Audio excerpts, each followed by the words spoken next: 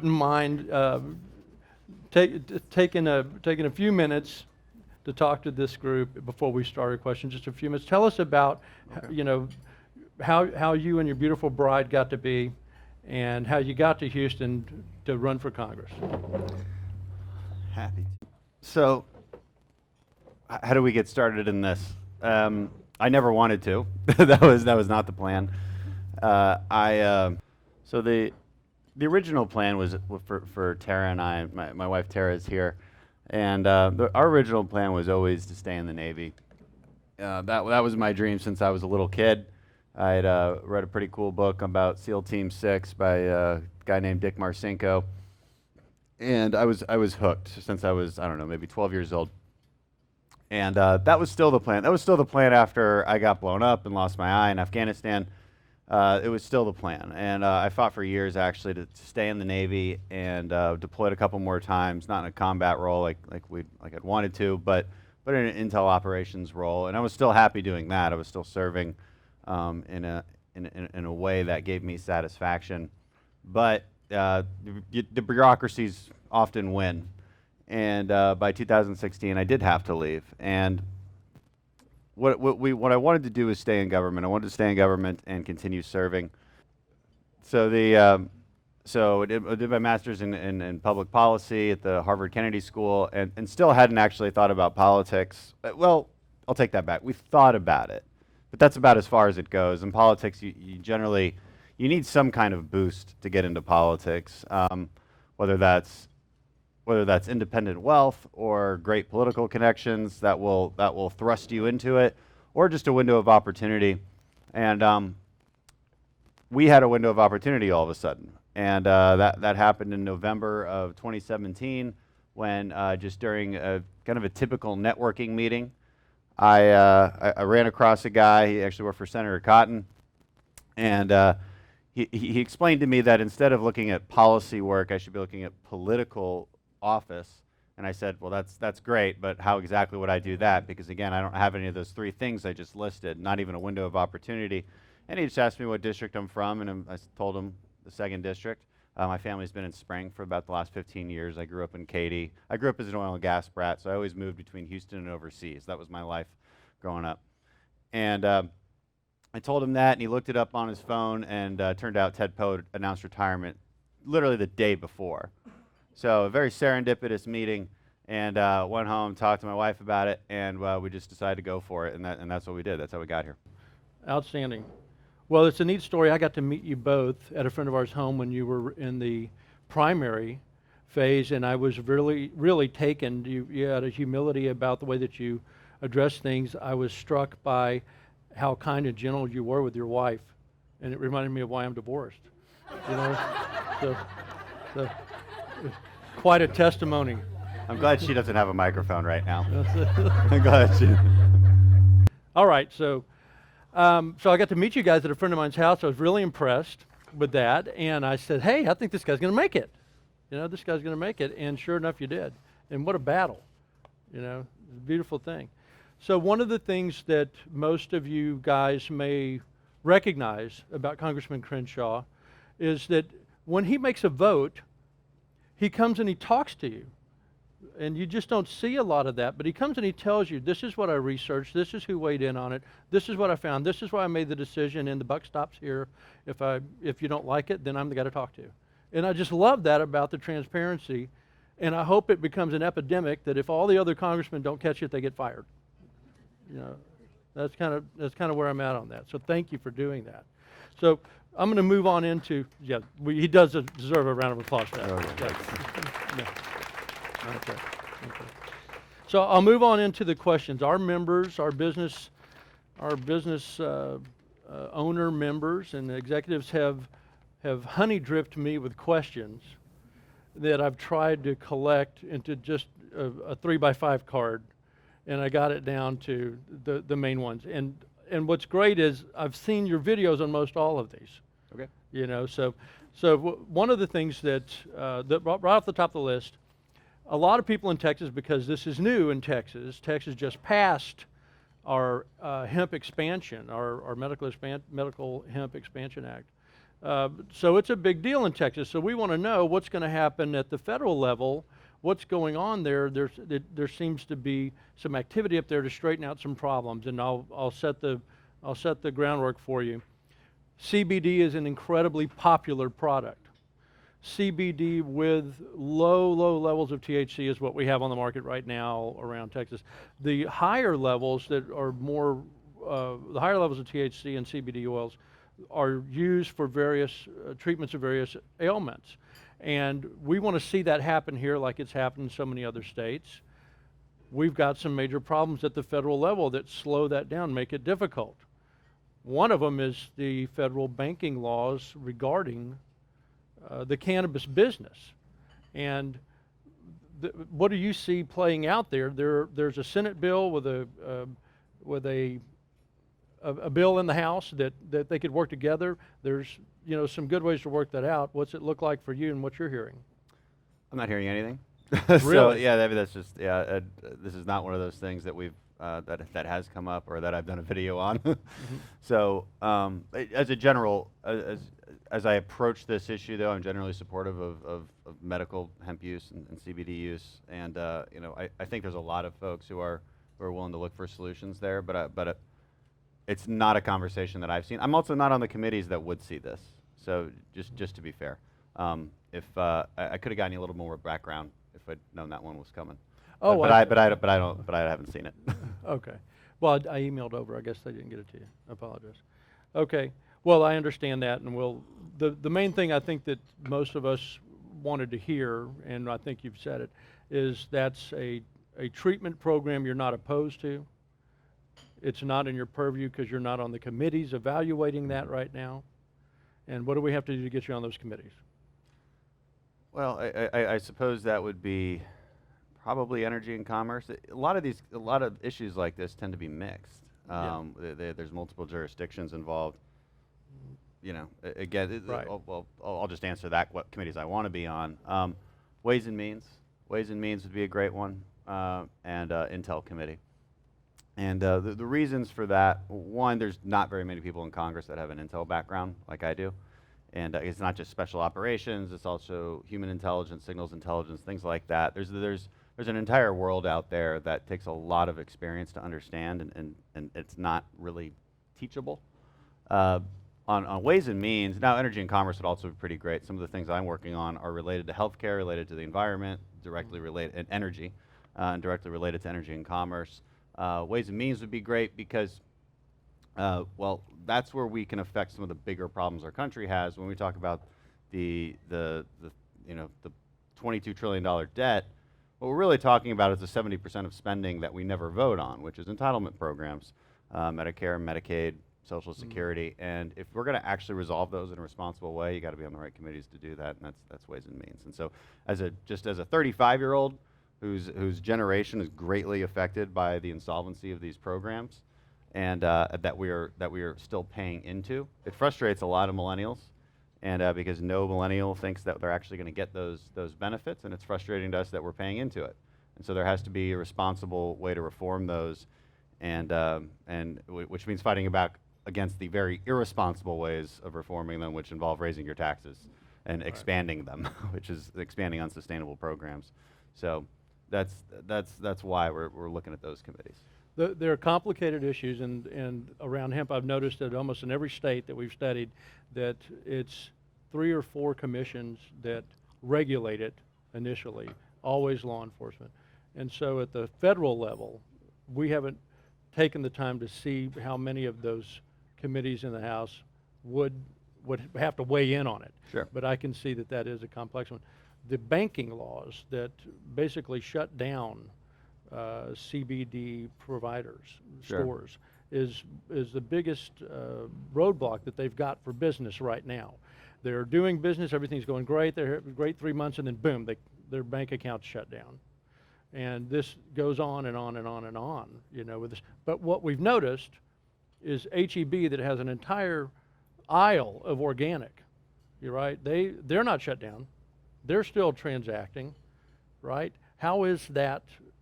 Do you have any insight into why that the banks are selectively choosing who they. That would be a financial services committee, and I'm just telling you that Right. it's not something I see being brought up Okay. on financial services. I am not on financial services. Right. Right. I'm committee. just reading from the Yeah, script. I know. It's just. We should probably move on from the hemp discussion. We are. We are. Okay. Okay. Opioid crisis is another big item. I think I got 10 different emails about, specifically, probably because there are people on long-term pain management with opioids, and they want other alternatives. And we see that it's tightening up, and that's great. What are we doing to free up and expand choices for people that they don't really want to be on opioids, like in the VA program? I can't tell you the number of folks I know in the VA that tell me that's really their only choice right now. Yeah, I certainly, I'm not so sure about that. I know the people at the VA working on these kind of things, and I know the pain management specialists, and there are certainly other choices. The opioid problem is swung between, the only reason I really know this is because I've lived through it myself. It is swung between two wild pendulums of giving you 300 Oxycontin and not even telling you that it's addictive, okay? Oh. And then when you stop taking it, you go into complete withdrawals, and you don't know what's going on. You know, you've seen this happen. And swinging to quite another extreme where now people who might need these drugs for legitimate reasons just can't get them anymore. And if they do get them, they're here's a couple, you know, and some aspirin for your shoulder surgery. So that's a problem too. And so there are other ways, but some people legitimately need these things. And this is a bipartisan issue in Congress. There's actually part of a freshman task force that's working on it. It's not clear what to do. You know, there's certain problems that everybody's clamoring for, and we get excited when we say Congress is spending more money on it. It doesn't mean we're solving anything. Right. These are not easily solvable problems. Right. It's like, you know, it's just related to maybe veteran suicides. Everybody's like, what are you going to do about that? Well, it's not easy, and it's not partisan either. If there was an obvious solution, we would just do it, but there's not. There are deep-seated reasons for some of the problems we're seeing, and they're cultural. They're multifaceted. You know, as far as opioid deaths go, people need to understand when people die from this stuff, it's usually because there's fentanyl laced in it. And there's a whole other bunch of reasons for that. It comes from China, goes to Mexico, comes across our border. And then it gets into the supply chains, and drug dealers don't care. In fact, I've the seen illegally obtained. Right. Yes, yeah. yes. That's usually what's actually killing people. Right. After they might have become addicted. A drug dealer gets into one school, just one school, and it gets every single kid who's a teenager in that school addicted. They're addicted for life. It changes your brain when you're under 26 years old. So there's all these factors surrounding this. It's not as simple as, okay, are there other alternatives to pain medication? It's just that's a tiny sliver of the problem. There's law enforcement issues, there's border security issues, and you know, it's an enormous battle. And but you know, the good news is it's certainly not partisan. Everybody wants to solve it. Understand. So one of the items that is kind of a continual conversation around BIZPAC is just an inordinate amount of laws. So much so that Congress launched a study in the 80s, and they could never completely tabulate the number of laws on the books. Does everybody know what I'm talking about? There's too many laws. Okay. So, well, I don't know if it'll help for me to turn your way, but speak up? Okay. So there are a lot of laws on the books. We've got a country for 243 years have been writing laws the whole time. Very few get repealed. They continue to grow and grow and grow the number of laws. By the time you add in all federal laws, federal agencies, regulations, right? Think of all the different federal agencies. And then you've got the state laws. Then you have your municipal statutes. You and I sit here with 3.5 million laws, and we're lawbreakers. Much of the time, we don't even know it, neither do the police. There's no way they can possibly keep up with it. So it's selectively enforced, right? What do we do to clean this up? Because this isn't really sustainable. And then, on the other hand, I love the fact that criminals that federal agencies can take an old law, dust it off, and go after a criminal that's outsmarted them to help all of us. But what I don't like is, what if the wrong guy decided to do that to you, right? So I'm positioning the question. What can we do in Congress to get that under control, to make it reasonable, right, to clean that up? If you read through some of the old laws on the books, you die laughing, because we don't have horse and carriages anymore. Nobody's got a kerosene lantern in their house. You know, those kinds of things are still on the books. Okay, so I positioned it. Yes, I mean those issues come up discreetly when you're focusing on an issue. Oftentimes, what you're doing on that issue is cleaning up old laws and replacing them with newer, better, more modern laws. Almost every bill is doing that. Almost every bill that gets passed is filled with legal jargon that says strike clause whatever of this other piece of U.S. code. That's often what a law is doing. It's manipulating previous law and creating new law. When you're talking about regulatory law, though, that's a little bit different. That's rulemaking from federal government. So a statute gets passed out of Congress, and then the administrative state actually takes those laws, interprets them, and then creates a bunch of regulations out of those. That's a difficult problem to solve. You need an administration that wants to solve it, and this administration does. I think they've repealed 17 regulations for every one that's been implemented. That's a pretty good track record. I think businesses feel that. I think more than, and maybe none of you even notice those regulations, and that's perfectly possible. But it does take an administration that doesn't see the business community, the energy community as an enemy, and that's important. So how those regulations get enforced is very important, and that's a matter of preference, unfortunately, and political preference, more so than a matter of how many laws are on the books. You know, you might be referring to some of the ridiculous laws that, you know, you can find an internet site out there that has every state's ridiculous laws. You know, talk to your state officials about that. Frankly, they make for good internet laugh and jokes. So, but on the regulatory state, you know, that's an enormous problem. It's expanding, and it's very difficult to shrink back. Right. And I'll just tell people this: it actually, how do you stop it? Well, you have to get the American people to stop asking us to do more stuff. You know, like, because understand how politics works. We politicians get up here, and then they promise you more things. You're going to get that program. We're going to do this. We're going to do that. And guess what? That creates more laws. It creates more regulations. Everybody's always asking, why aren't you getting anything done up there? I want more stuff done. What kind of stuff? Well, I want that kind of stuff. Well, that person disagrees with the kind of stuff that you want. Right? That's politics. But everybody wants more stuff. So as long as you're always asking for more stuff, you can expect the expansion of rules and regulations. I mean, this is, the American people have to actually want this. It's funny because, like, everybody likes to talk out of both sides of their mouth on this. And we as voters have to actually recognize that's what's happening. We're asking for more stuff, and then guess what? You're going to get it. So, and then you're going to complain about it. Yeah. So we're all in this together, and we have to recognize some of the realities surrounding the excessive growth of the regulatory state. Every law is a tax. There's no law that's ever been written that did not result in regulatory. When you have regulatory, you have people that are employed to regulate. Then you have law enforcement. You've got a prison system.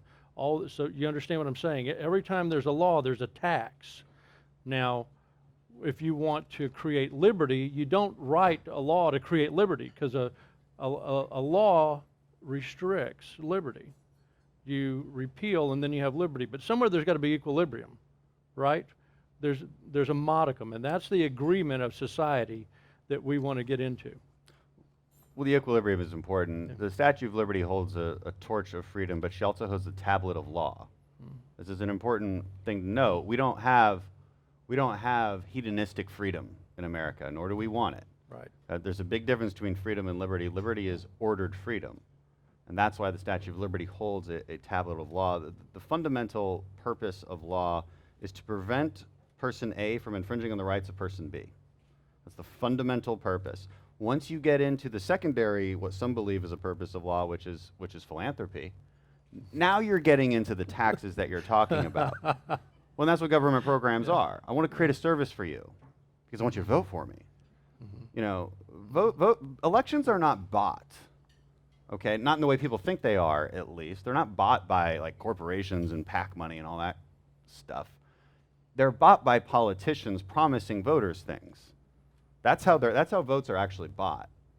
And again, once we all collectively realize that, then we can have a little bit more, I think, promising conversations about how to limit the excessive expanses of government. But I always point out, the problems are not quite what you think, and we're all in this together to actually solve it. I'll tell you what, I really appreciate what you just said there. I don't know if any of you have done this, but there's a link on some of the documents that you were emailed or you might find on your table. What our Congress worked on this session, and it looks very reasonable if you go look through the business that you guys took care of. Well, I disagree, but it looks very well. I was reading it; it looks very reasonable, and I read your nays and yays, and so. But what you see in the press looks like chaos. You know, it's a whole different deal. There's order in Congress and the way things go. Of course, I can understand why you don't like. So the way that it's ordered. Been ordered. It's actually not quite. We'll get into it. Yes. Sure, I'll explain. Yes. Okay. So I covered that. Senate Bill 9 is I know you're in Congress in the House, but Senate Bill 9 is a law to protect the thing that I mentioned, premium cigar manufacturing, which is if any of you knows, a premium cigar means that it is nothing but pure tobacco leaf, no filler, no additives, no nothing like that. And there's a move in the FDA to put a huge tax and regulatory on top of that, and that'll push these guys out of business. All these small, no tobacco company except for the big, Republic or tobacco company. Pardon? Right. There's a few big ones out there, but all the small guys, it would crush them entirely. And the exclusion, the Senate Bill 9 speaks to the exclusion of them from having that type of regulatory on them. And what we saw kind of a stall happen in the Senate. Rubio's the one that proposed this bill. And we're wondering what can be done in the House. Do you think, what's your sense in the House for a bill like that having any legs at all? I haven't looked at it.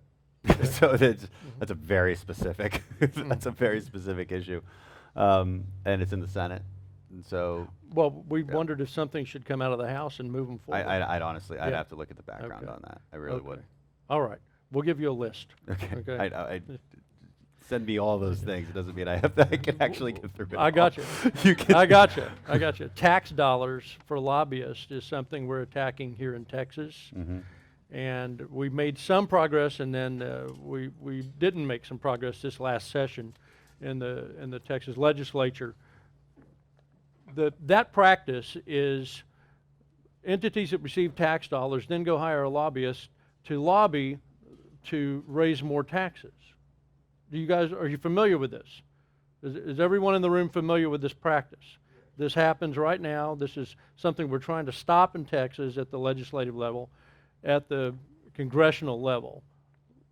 I don't think it's at the congressional. I mean, I'm unaware of any tax dollars to go to lobbyists at the federal level. I've heard the story of this happening in Texas, and I'm not in the Texas legislature, so not exactly sure, but this is not a problem I'm aware of at the federal level. Our last meeting, we had Senator Creighton and Representative Swanson, and we talked about it at great length, so it was an important topic to a lot of business owners. Yeah, understandably. That we ask about it. We want to make this something that you're aware of and sensitive to, because we're sensitive to it. You know, a lot of people didn't even know it existed. Yeah, I'm pretty sure that is not in federal law. I will tell you what the Democrats want to be in federal law, which is H.R. 1. So if we're talking about things that come out of the House that I've worked on, we can stick to that. The H.R. 1 is a drastic reformation of federal elections, and one of the most interesting provisions in that law, and frankly the most surprising, is, and how anybody would want to support this, because I can't imagine any voter would want this. It for every low dollar donation that would come into my campaign, which is $200 and under, I would get a 6-to-1 federal match. So that's literally tax dollars going into not lobbyists, but like my crappy campaign. I don't have crappy campaign commercials, but everybody else does. Okay, so that's actually what passed out of the House. Oh, now it'll big never go anywhere. The Senate will never bring this to the floor. But I mean, yeah, you should know this kind of stuff. All right, and why are they doing that? There was a lot of other weird provisions. They would actually eliminate corporate PACs, which we should talk about that for a second. There's a lot of misconceptions about what a corporate PAC is and what it isn't. Eliminating corporate PACs is the Supreme Court has already decided that's anti-First Amendment, and they struck that down. The problem on a more fundamental level is this: you'd have to disagree that a group of people should be able to pool their money together and advocate. Freedom of association is a pretty important part of the First Amendment. And when you say no to corporate PACs, what you're saying is the people who work for that corporation can't pool their money together, hire lobbyists, and advocate. Okay, but they can't do it, but every other crazy advocacy group can. Right. Well, why is that fair? It's not fair, is the answer. And the other reality is that the corporate PAC donations are capped at $5,000. Nobody's getting bought off by a corporate PAC. Okay, and the other reality is in Washington, you only meet with PACs and lobbyists that generally you already agree with. Like, it's highly unlikely that they're going to try and buy your vote. They might present you with new information that you just didn't know about. That's actually part of the benefits of having these lobbyists up there. They're not all bad. Okay, there's a lot of things that would never be brought to our attention if we didn't know it, if they didn't bring it to our attention. There's very specific things, like tobacco issues, for instance. Like we don't know about these things until they come and explain the smallest details about it, because we're dealing with, 15 minutes ago I'm talking about Israel, and then then we're moving on to the next subject, and so the lobbyists do play an important role, and I don't think it's quite as or nearly as corrupt as people would suggest it is. But HR 1 would have gotten rid of that, and it would have done a 6-to-1 federal match. This is the reason they did that is because it speaks to their strengths. It's electorally, it speaks to their strengths. Like, they're good at online fundraising and small dollar donations. I'm also good at it. So if I wanted to never have competition again, I would have voted for HR 1. You would have an impossible time ever competing with me if HR 1 became law, because I can put out one tweet and raise tons of money just from small dollar donations, and then your tax dollars, 6-to-1 match. I mean, that's amazing. It's insane. Like, it's absolutely insane. So keep that kind of stuff in mind when you're looking at the federal. That's one thing to keep in mind. Appreciate that very much. You had one of the things that recently came out. I'm going to move on to it because I know people want to spend some time with you personally here in the room. The red flag laws became an issue because of some recent events, and the reactionaries on both sides of it. I think that might be settling a little bit. But I watched your video, and I read some of the comments attributed to you about the responsibility of that. And I was impressed that you, Senator Graham, and the president all came out within 45 minutes of one another saying, hey, we need to take a look at this seriously and have a conversation, inviting bipartisan conversation. And I thought it was a great way to throw a bucket of mop water on a wicked witch. That's kind of exactly what happened, actually, as far as the reactions go. That's a good way to describe it. Maybe I'll steal that from you.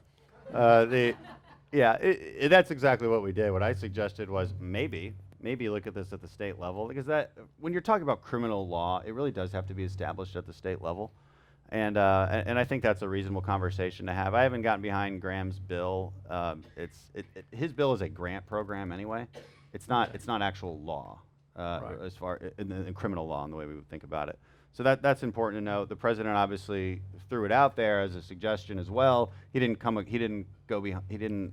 establish himself behind any particular set of laws. What I've said is, if you're going to implement something like that at the state level, there has to be very stringent due process in place, because that can go wrong really quickly. when you're talking about confiscating somebody else's property based on a perceived threat or indication of a threat. You can imagine a lot of ways it goes wrong. Now, my critics and the Second Amendment advocates, they imagine only the ways it can go wrong, okay, and that's what they'll point out constantly, and that's fair. Those are concerns, and we have to address those concerns. And if we can't address those concerns, then we should think carefully about whether or not we should implement that law at all. They would rightfully point out that it's been implemented in about 17 states, and in none of those cases has our standard of due process really been met. There's different elements of those laws that do meet the standards. For instance, there has to be a very high standard of evidence, like clear and concise evidence, not just like 50%, but like you really have to have actual evidence that this person is guilty of threatening to commit some kind of violence. You have to ask the question of who will have standing in a law like that. Can a neighbor just tell on you? Well, that's probably, I don't think, no, in my opinion, no, they should not be able to do that. It should either, it should definitely be limited to only family, maybe a doctor and police, and a lot would argue, a lot of civil libertarians would argue that it really should only be a police investigation that can result in that, not just, of course they'll take in testimony, but just like any other crime and how you prove it, it shouldn't veer too much from that. And there's a few other safeguards we would want to see put in place. It's unclear if that kind of agreement would ever happen. And then again, it's unclear what that would even look like at the federal level, which is why I'm not really behind anything at the federal level. Criminal law happens at the state level. But what we wanted to do is simply allow that conversation to happen because it's reasonable. It is. What did I say about law in the beginning? Like the main purpose of law is to prevent person A from infringing on person B's liberties. Well, if you're threatening them, that's infringing on their liberties, and it is up to the law and the government to actually prevent that. So, and this is, I think, what a lot of people misunderstand about the purpose of the Constitution and how it's written, and like the deeper underpinnings of what we're talking about. And you have to take that into context when you're talking about what these laws are.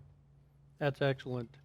Yes, I think that the public education cycle on this particular subject, if some portion of them can remain rational, we can solve this, and we need to solve it.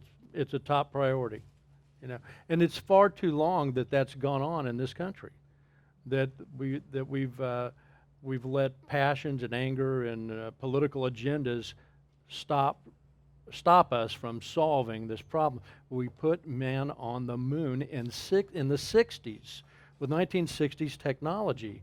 We can't solve this? Yeah.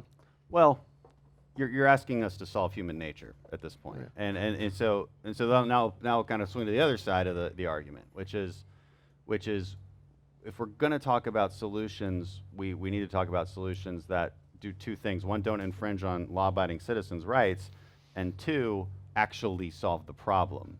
And almost every single proposal fails both of those. That's the problem.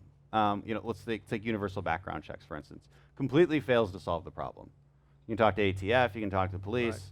Right. They kind of scoff at the idea that universal background checks would actually solve problems. It would solve some problems, like trafficking to Mexico, which is interesting. But like again, you're not going to convince Second Amendment advocates to infringe on their rights because Mexico has problems. I've noticed that criminals keep skipping the background checks. Yeah, and also it's self-enforced, right? Yes. It's self-enforced. Yes. So like, how are you gonna? Yeah. And so like these proposals, banning ARs. I mean, I have a huge problem with that as well because these are legitimate self-defense weapons. And I can go on and on about why this is a legitimate self-defense weapon, especially if you're not very good with guns, and especially if you're very scared and you're trying to shoot 20, 30 feet across your living room as an intruder. Try doing that with a pistol and you're not trained well. And nobody's, again, I don't have a problem with that. I can do it okay.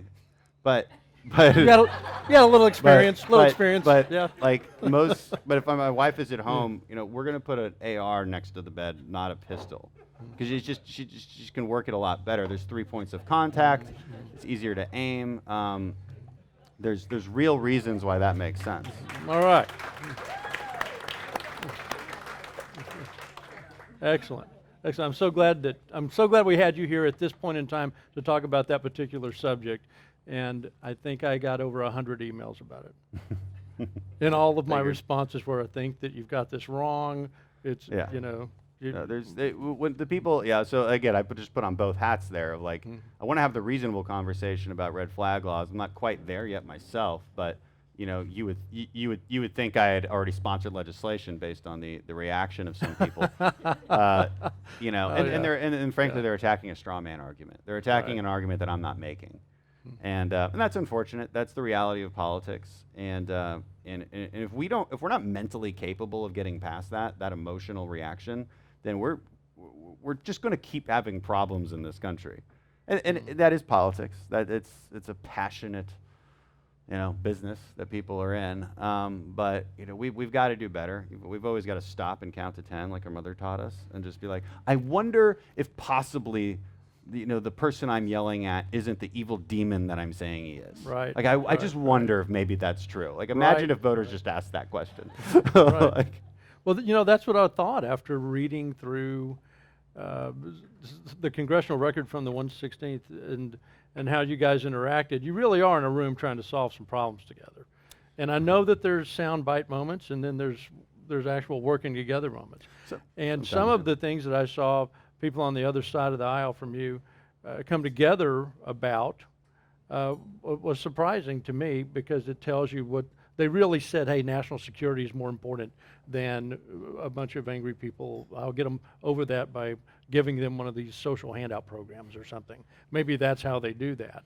But I was impressed with that when I started digging into it. I spent a good deal of time thinking that it was one way, and it wasn't quite that way.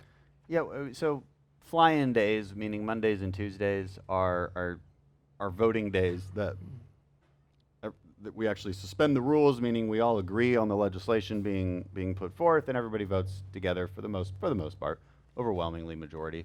So, every week there's plenty of bills that are bipartisan. Now, the fact that they're bipartisan means they're not very controversial, which means some of them do have a legitimate effect on your life. Like some of these are good things, but they don't get any news coverage, because the news is only going to cover the bad stuff. Right, and that's just we all know why that is. There's reasons for that, I guess, because less and less bad stuff is happening. Just as a general rule, as we've reached the year 2019, since the year 1800, there's less bad things happening, and so the news needs to cover those bad things. And there's excessive amount of good things happening, but they don't want to cover that. And so, and politics is similar. Well, I've got a theory about that, why they cover the bad things and they exaggerate it. When I was a kid, I'm old enough, and I'm like 20 years older than you.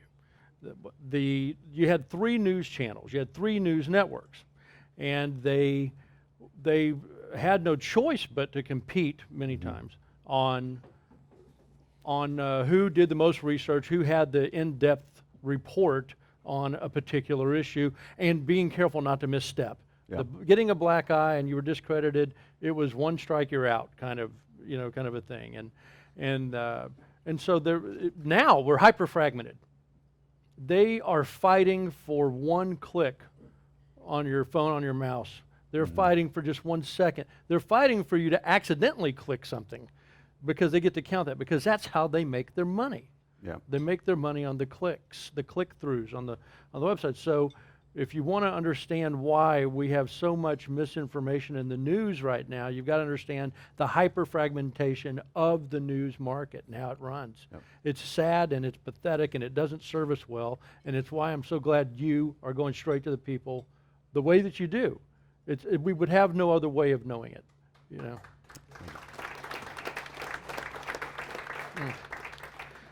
There was a House bill, the battle where they didn't want to let the president have a national emergency on the southern border. And I was proud of the way you stood up for that, and you told them no, and you made a lot of press, you met a lot of press about that, and you hit it head on with them. And then they came back and they thought they were going to, ram it through, right? And after the president vetoed it, but there's no way they would get the majority, and I appreciate you being vocal about that. I'm just curious, what was that battle like when they tried to veto it? Because it looked like insanity. when they tried to override the veto. It looked like insanity in some of the videos I saw of the congressional floor. Yeah. Was it really that nutsy, chaotic? It's an organized show in a lot of ways. It's, nobody's really going to leave the bounds of parliamentary procedure in there. What you're seeing there really only lasts about 20 minutes. It's a great show for anybody who's there, and it is kind of fun to see it, but it's highly scripted. There isn't a real debate going on, and this is. It didn't it's look like kind a of been debate. unfortunate. Well, because everybody goes in there, we know what we're voting on, we know the issue, we know what we're going to say. So it's you're debating for the American people, which is good. There's nothing wrong with that, but it's a little bit more controlled chaos than I think people realize. It's a bit more of a show, and that's the House, right? The Senate's very different. It's a little bit more cordial. The House is kind of wild, and that makes it fun. There's some yelling and screaming, and there's some cheering when we think we made a really great point for our big audience on C-SPAN. But it's it's right. Yeah, it's not like what people think. On that one, they might have thought they could get it through by appealing to the constitutional concerns of many conservatives, and there's legitimate concerns, but I always pointed out there were two conflicting parts of the Constitution. There was one in Article 1 that says, power of the purse is in Congress's hands, and this would defy the president's ability to just move money around. And but there's Article 2 also, which says that it is the duty of the president to faithfully execute the law. And in this case, the law is U.S. Code 1325, which prohibits illegal entry. Mm-hmm. So, and that law isn't getting enforced. And so I think there's some decent arguments to be made there. Good deal. I'll move on to another item that, in the area of national defense, there were two bills that you co-sponsored, I think.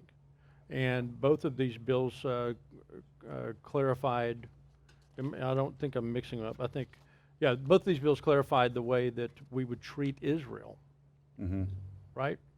And I was really glad to see that, but I don't think a lot of people really understood what that was all about and why that's of strategic importance. There are a few people in the room that get it, I know, and we've had some conversations about it.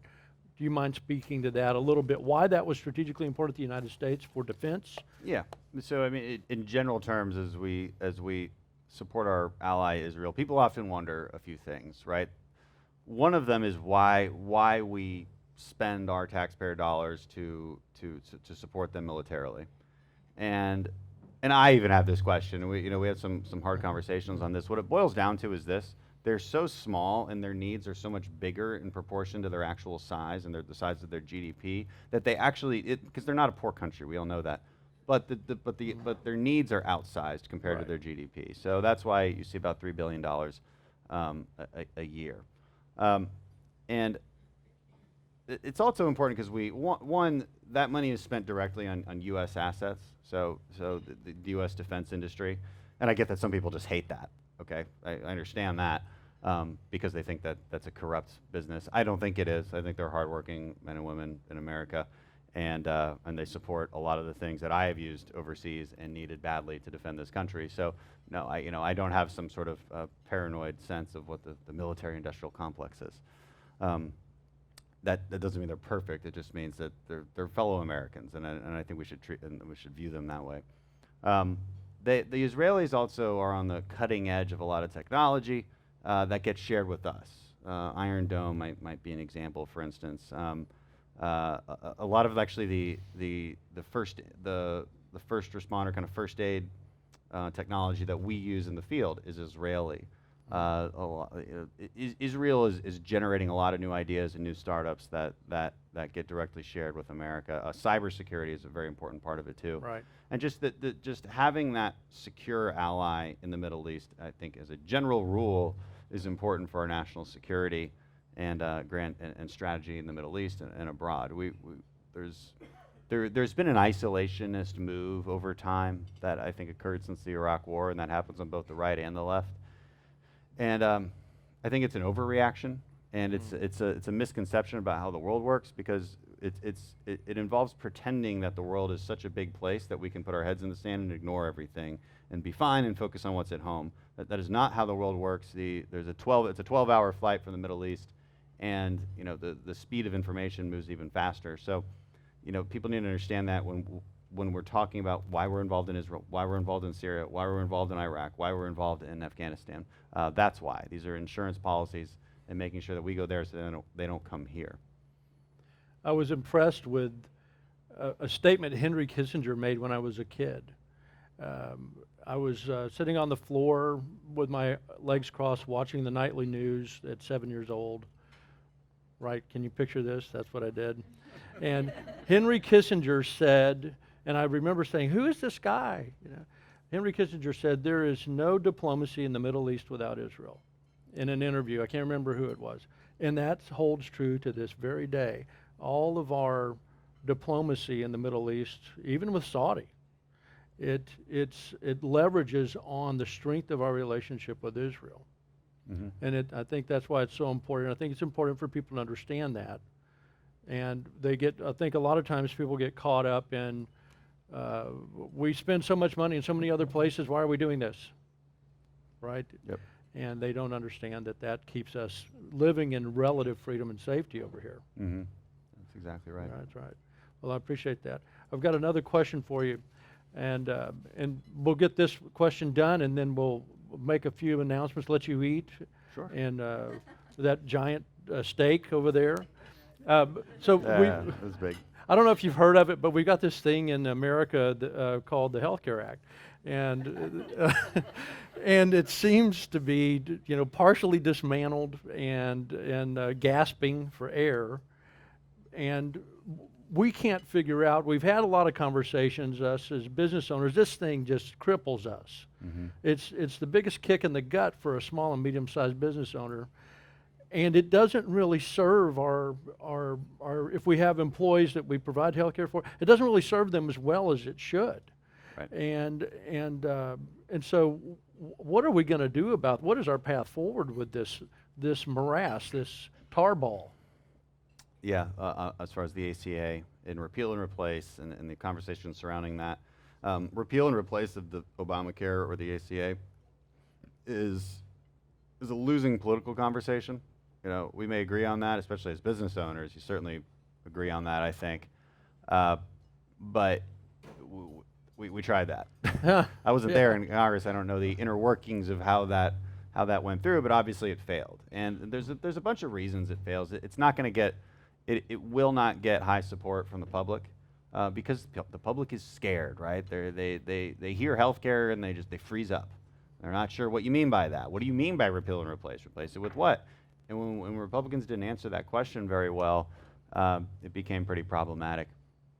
The healthcare industries are also wildly against just taking a hammer to the system because, again, for the same reasons. They're scared. They see a lot of disruption, and and it doesn't matter what group you're talking to. People want to see more incremental change and incremental improvements, and I think that's what Republicans have to be for.